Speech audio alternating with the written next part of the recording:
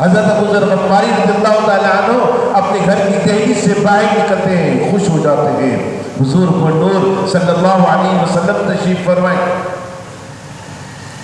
آپ صلی اللہ علیہ وسلم کو دیکھ کر حضرت ابو ذر غفاری رضی اللہ تعالیٰ عنہ کی خوشی ایسی کہ پھولے نہ سمائیں۔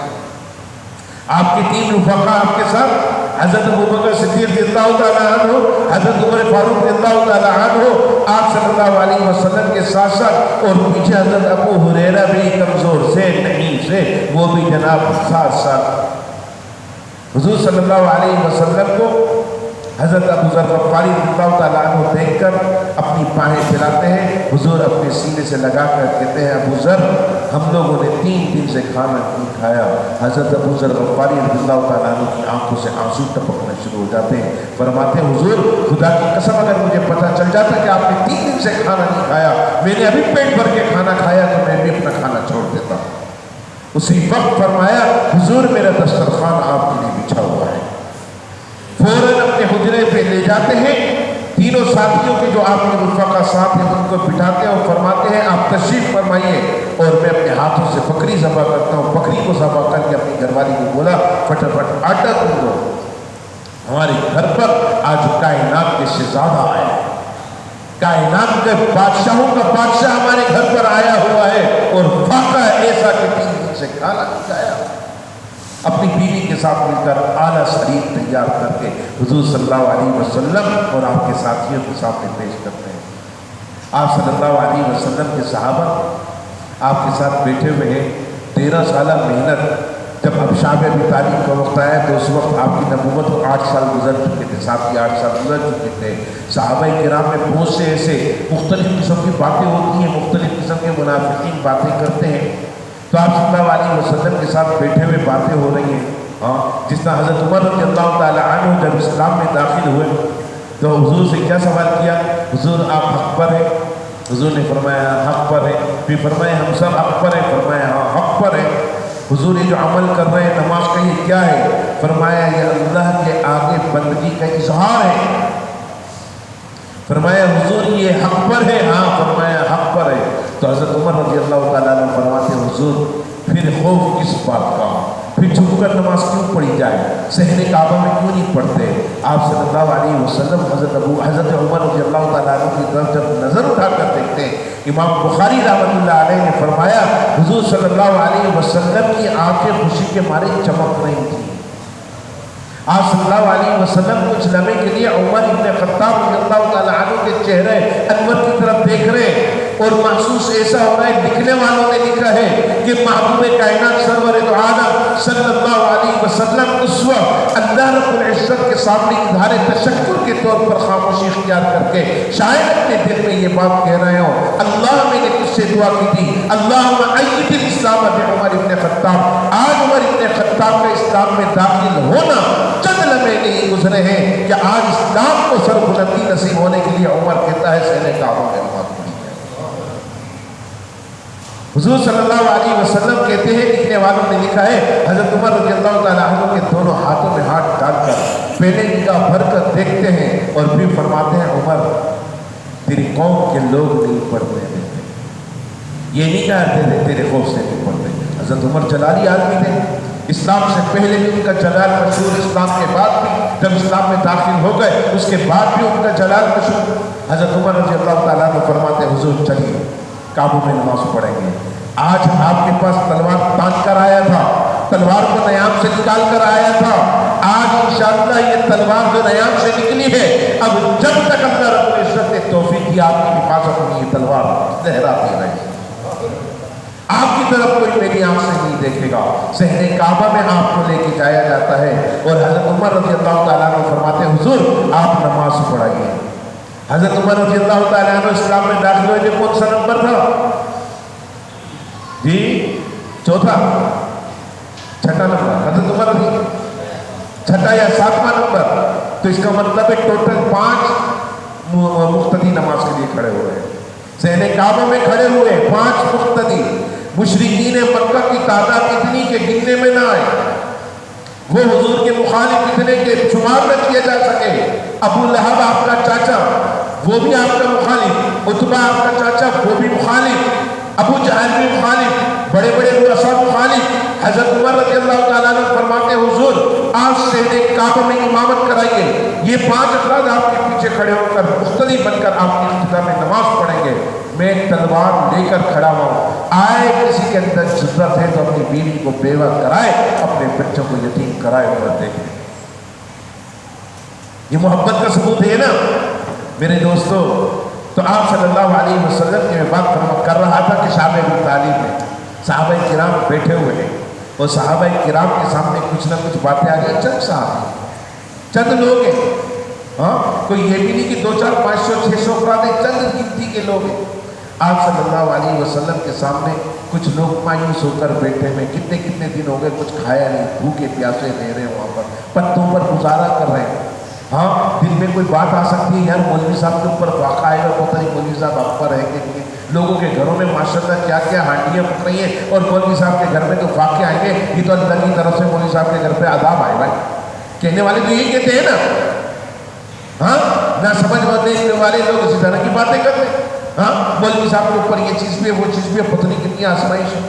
میرے محترم دوستو صحابہ کرام سن رہے لوگوں کی باتیں، منافقین کی باتیں، کافروں کی باتیں، عجیب عجیب باتیں ہو رہی ہیں، اور عجیب عجیب باتیں ہونے کے بعد جناب کیا حالت آ رہی ہے کہ بعض صحابہ کرام سوچ رہے ہیں کہ یار پتہ نہیں ہم نے اپنا گھر بار بھی چھوڑ دیا، ہم نے یہ بھی چھوڑ دیا وہ بھی چھوڑ دیا، فاقوں پہ زندگی گزار رہے ہیں، اللہ رحم فرمائے، کیا حالت ہوگی کیا معاملات ہوں گے۔ اللہ تو دلوں کے بھیدوں کو جانتا ہے، تم ارادہ کرو اللہ تمہارے ارادے کو پہچان لے گا، تم ابھی سوچ میں کوئی بات کرو اللہ تمہاری سوچ کو بھاپ لے گا۔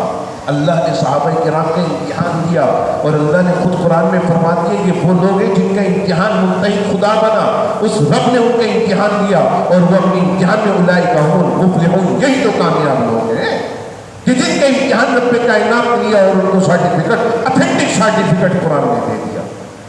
قیامت تک وہ اتھینٹک سرٹیفکیٹ ان الفاظ کو مٹا نہیں سکتا۔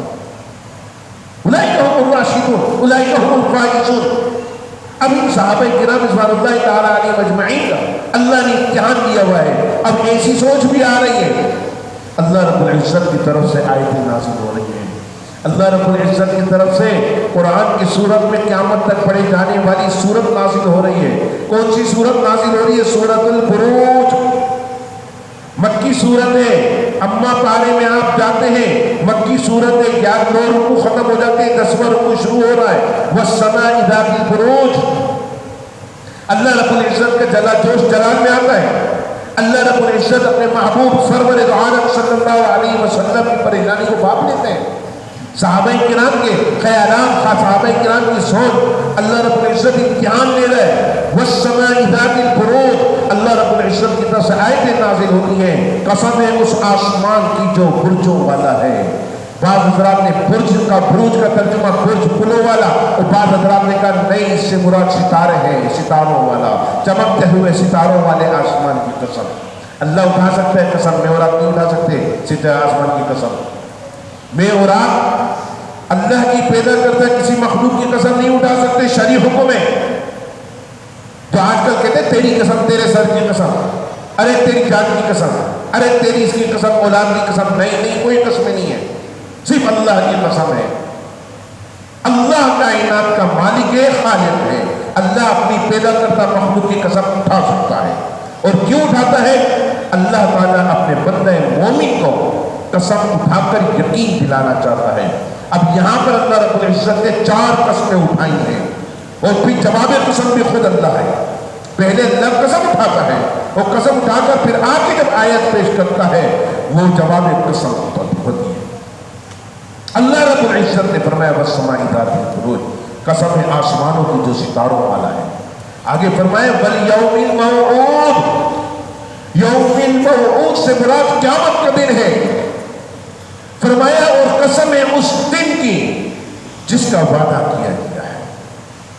والیوم الموعود وشاہد ومشہود، شاہد مفسرین نے لکھا ہے شاہد سے مراد جمعہ کا دن، شاہد سے مراد جمعہ کا دن ہے۔ فرمایا اور قسم ہے اس دن کی جو حاضر ہونے والا ہے، ہاں جمعہ کا دن، والمشہود، اور فرمایا قسم ہے اس دن کی جس میں حاضر ہونے والے۔ صحابہ نے فرمایا حضور یہ شاہد اور مشہود سے کون کون سے دن مراد ہیں؟ حضرت ابن عباس رضی اللہ تعالیٰ عنہ اس کی تفسیر پیش کرتے ہوئے فرماتے ہیں کہ اللہ رب العزت کے محبوب نبی کو فرمایا کیا شاہد سے مراد جمعے کا دن ہے جس میں سب لوگ حاضر ہو رہے ہیں، جمعے کا دن حاضر ہوا، سب حاضر ہو گئے، اور فرمایا مشہود سے مراد اللہ رب العزت کی طرف سے وقوف عرفہ کا دن ہے۔ کون سا دن؟ جس میں حج کیا جاتا ہے۔ اللہ رب العزت کی طرف سے حجاج کرام اس دن میں اس مقام پر جا کر حاضر ہوتے ہیں۔ اللہ رب العزت ان دنوں کی فضیلت اور اہمیت کو اجاگر کرانے کے لیے بتا رہے ہیں کہ جمعے کے دن کی فضیلت کیا ہے کہ اللہ قسم اٹھا رہا ہے۔ وقوف عرفہ کا دن جب تمہارے لیے آتا ہے کیا ہے؟ اللہ رب العزت نے اس کی اہمیت کو اجاگر کرنے کے لیے تمہارے سامنے یہ قسم اٹھائی ہے، اور قسم اٹھا کر اللہ کیا کہنا چاہتا ہے، کیا بات چمکانا چاہتا ہے؟ تمہارے سامنے ان آزمائشوں کو ہلکا کرنے کے لیے، تمہارے اس امتحان میں تمہیں کامیاب کرنے کے لیے اللہ رب العزت تمہیں بتا رہا ہے جو لوگ ایمان لے کر آتے ہیں، جو اللہ کی وحدانیت کو تسلیم کرتے ہیں، جو محبوب کائنات کے راستے پر چل کر متبع بنتے ہیں، اللہ رب العزت کی طرف سے ان کے لیے امتحان آتا ہے۔ کیا تم نے پڑھا نہیں؟ کیا تمہارے سامنے خبر نہیں پہنچی کہ کس چیز کی خبر؟ حضور صلی اللہ علیہ وسلم کی بعثت یعنی بعثت نبوی سے 70 سال پہلے کی بات ہے، 70 سال پہلے کا واقعہ ہے۔ اصحاب الاخدود، قتل اصحاب الاخدود، جواب قسم ہے۔ فرمایا کیا تمہارے پاس خبر نہیں پہنچی کہ خندقوں والے لوگوں کو قتل کیا گیا، گڑھے والے لوگوں کو، خندقوں والے لوگوں کو قتل کیا گیا۔ اب یہ آیت آپ نے پڑھ لی، آپ تفاسیر اٹھا کر دیکھ لیں گے، آپ کی تو سمجھ میں نہیں آئے گا جب تک کہ مفسر آپ کو مفسر بن کر کیا نام ہے علم والا شخص آپ کو بتائے نہیں کہ اس سے کیا مراد ہے۔ یہاں پر اللہ رب العزت صحابہ کرام کی تسلی کے لیے بتا رہے ہیں۔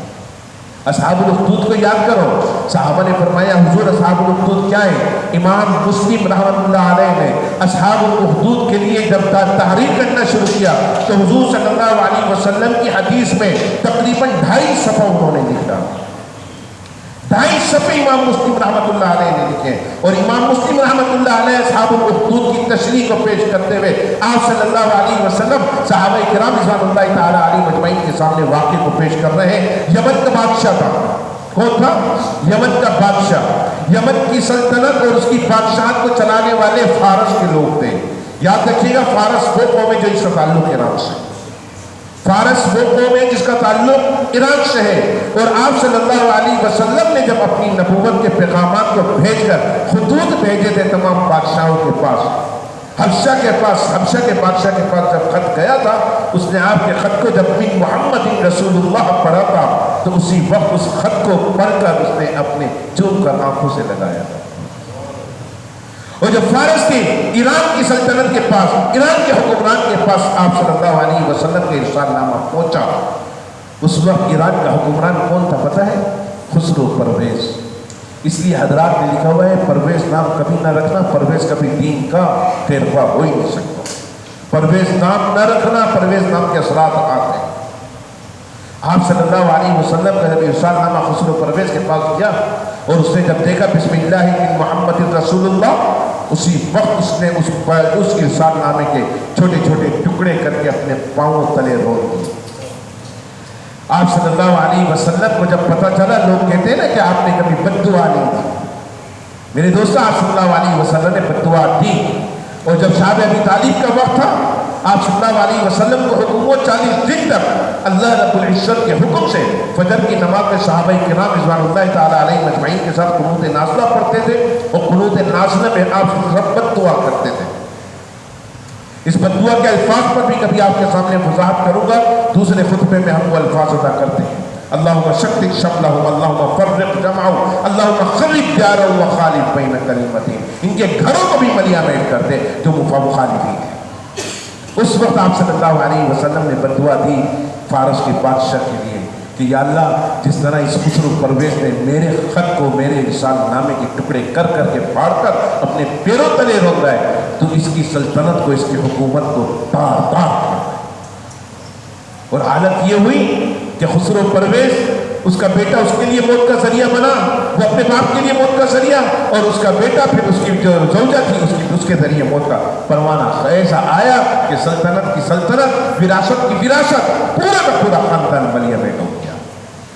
تو میرے دوستوں میں آپ کے سامنے عرض کر رہا تھا، آپ صلی اللہ علیہ وسلم نے فرمایا یمن کا بادشاہ تھا، اور یمن کے بادشاہ کو چلانے والا کون تھا؟ فارس کی سلطنت۔ فارس کی سلطنت اس کو لے کے چل رہی تھی، جیسے آج کے دور میں کہا جاتا ہے ہماری حکومت کو لے کے کون چل رہا ہے؟ اسٹیبلشمنٹ کو کون؟ او امریکہ، یہی کہا جاتا ہے نا۔ یہ میرا موضوع نہیں، مختصر میں بات کیوں کرتا ہوں۔ آپ صلی اللہ علیہ وسلم نے فرمایا وہ یمن کا بادشاہ جو تھا اس کے پاس جادوگر آتے تھے، اور جادوگر اس دور میں جو ہے نا بادشاہوں کے پاس آ کر وقت گزاری کے لیے، تاکہ ڈپریشن سے بچے، پریشانیوں سے بچے، ان کے ساتھ کچھ کھیل کود، کوئی معاملات ان کو دکھاتے تھے۔ تو بادشاہ یمن کا جو جادوگر تھا وہ بیچارہ بوڑھا ہو گیا تھا، تو اس نے بادشاہ سے کہا کہ بادشاہ سلامت، جان کی امان ہو، تو مجھے ایک ایسا ذہین، قابل، فطین بچہ دیا جائے جس کے ساتھ میں اپنے اس ہنر کو پیش کر کے اپنے ہنر کو زندہ رکھنے کے لیے اپنی میراث اس کو دے دوں۔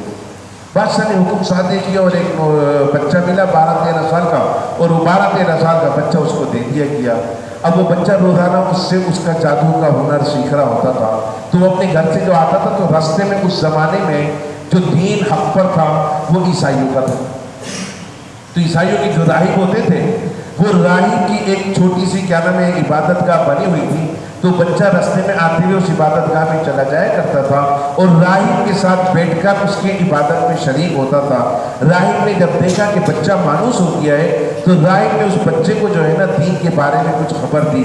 بچہ دین کے بارے میں خبردار ہوتے ہوتے اپنے آپ کو دین میں داخل کر گئے، اور اس وقت میں جو دین میں داخل ہونے کا طریقہ تھا، وہ دین میں داخل ہو کر اس نے رب کی ربوبیت اور اس کی توحید پر اپنے آپ کو ایمان کے اظہار کے طور پر شامل کر دیا۔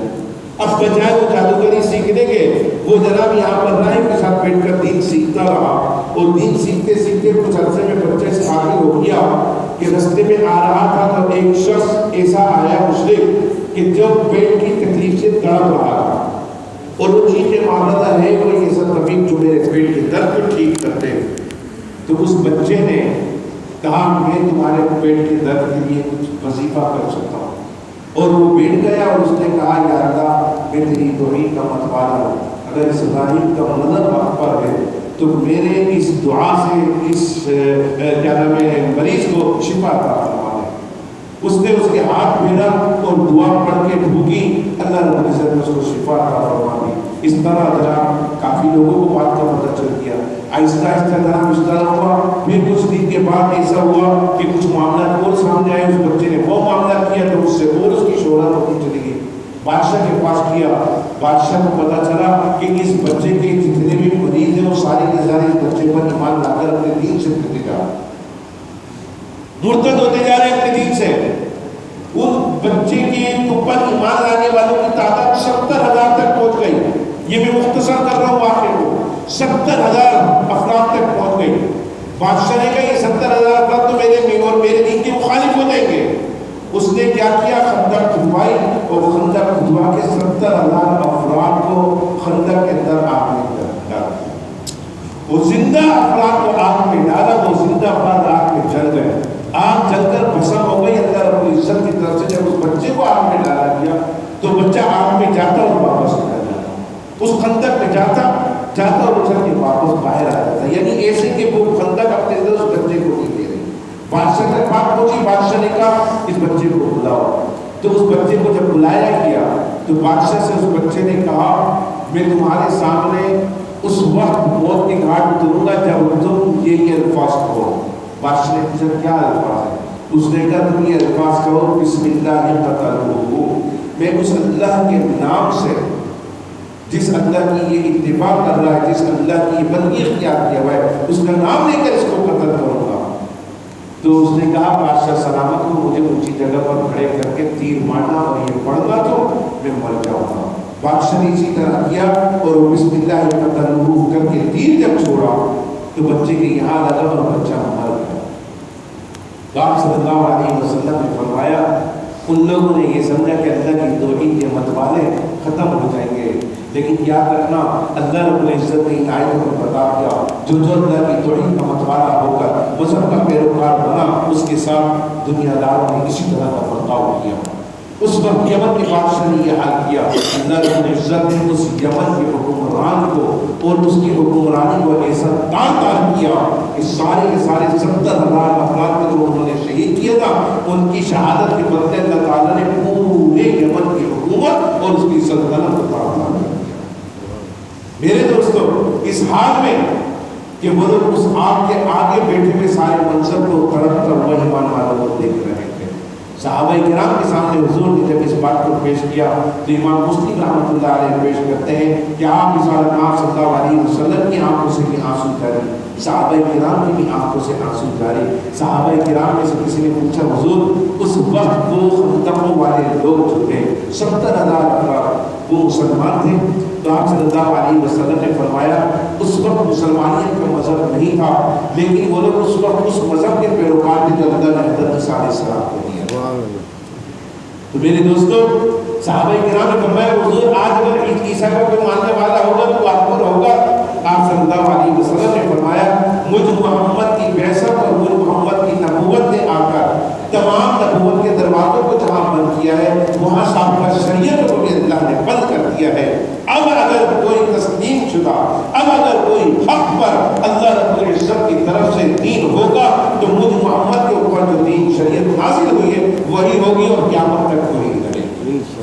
میرے محترم دوستو، صحابہ کرام رضوان اللہ تعالیٰ علیہ اجمعین نے وہاں سے اپنے آپ کو کمر بستہ کیا اور کہتے ہیں شاہ ابی طالب کے وہ دین اللہ رب العزت کی طرف سے کم ہونا شروع ہوئے اور شاہ ابی طالب سے نکل کر صحابہ کرام رضوان اللہ تعالیٰ علیہ اجمعین کو اللہ تعالیٰ نے دوبارہ ایک نئے سرے سے زندگی دے کر مکہ کی طرف روانہ کروایا اور مکہ میں 3 سال رہ کر آپ صلی اللہ علیہ وسلم کے ساتھ صحابہ نے جب ہجرت کی مدینے کی طرف تو صحابہ کو اللہ تعالیٰ نے ایک عجیب نصرت کے ساتھ نوازا۔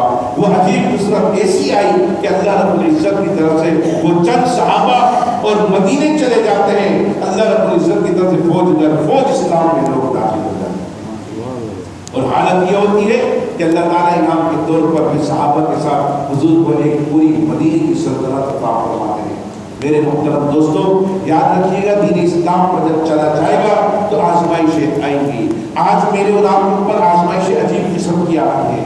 میرے اور آپ دعویدار مسلمانیت کے ہیں، لیکن مسلمانوں سے اس مسلمانیت کو چھیننے کے لیے مسلمانوں کے نبی کے اوپر دھاوا بولا جاتا ہے، نبی کی نبوت کے اوپر اٹیک کیا جاتا ہے، میری اور آپ کی ڈائریکٹ مذہب کے اوپر اٹیک کیا جاتا ہے۔ کوئی میری ذات کو برا بھلا کہے میں برداشت کر لوں گا، میرے گھر والوں کو برا کہے برداشت کر لوں گا، لیکن کائنات کے نبیوں کے صدر میں کام کرنے والے نبی مکرم نبی علیہ السلام کے اوپر کوئی بات کرے تو ہم مسلمان اس کو برداشت نہیں کریں گے۔ یہ میرا اور آپ کا ایمان ہونا چاہیے۔